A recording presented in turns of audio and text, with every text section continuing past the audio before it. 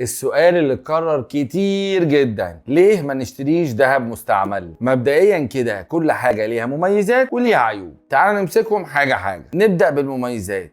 الذهب المستعمل بيكون عليه مصنعية قليلة، ولو المحل اللي بتشتري منه عمل معاك واجب هينضفه لك ويغسله لك ويخلوه لك تمام. طب العيوب بتاعته ايه؟ لو شاريينه عشان تحوشوا فيه احب اقول لكم انكم هتخسروا، لان الذهب القديم لما بتيجوا تبيعوه بيبقى فيه نسبة خصم، انما السبيكة لما بتبيعيها بتشوفي سعر ذهب يومها كام وكمان بتاخدي عليها كاش باك، على عكس الذهب القديم اللي هتخسري فيه وبرضه مش هتاخدي عليه كاش باك. تاني حاجة، الذهب المستعمل ده بيكون قديم ومستهلك، فمثلا لو بنتكلم على كوليه او انسيال فالحلقات بتاعتهم بتكون متاكله وده بيخليه ضعيف، او ممكن تكون اتكسرت او اتلحمت قبل كده وانت في الاخر مش عارف اللي كان لابسه قبلك هو عمل فيه ايه. ممكن يكون اتخبط منه او وقع منه، ولو غوايش ممكن تكون مفقوعه او معوجه او متخربشه. واخيرا الذهب المستعمل ما ينفعش يطلع له فواتير، لان ببساطه الفواتير بتطلع للذهب الجديد بس. وعامه في الاخر انتوا وقراركم، احنا بنقول لكم دايما الاحسن من وجهه نظرنا كناس خبراء في المجال. كان معاكم دكتور ياسر الطويل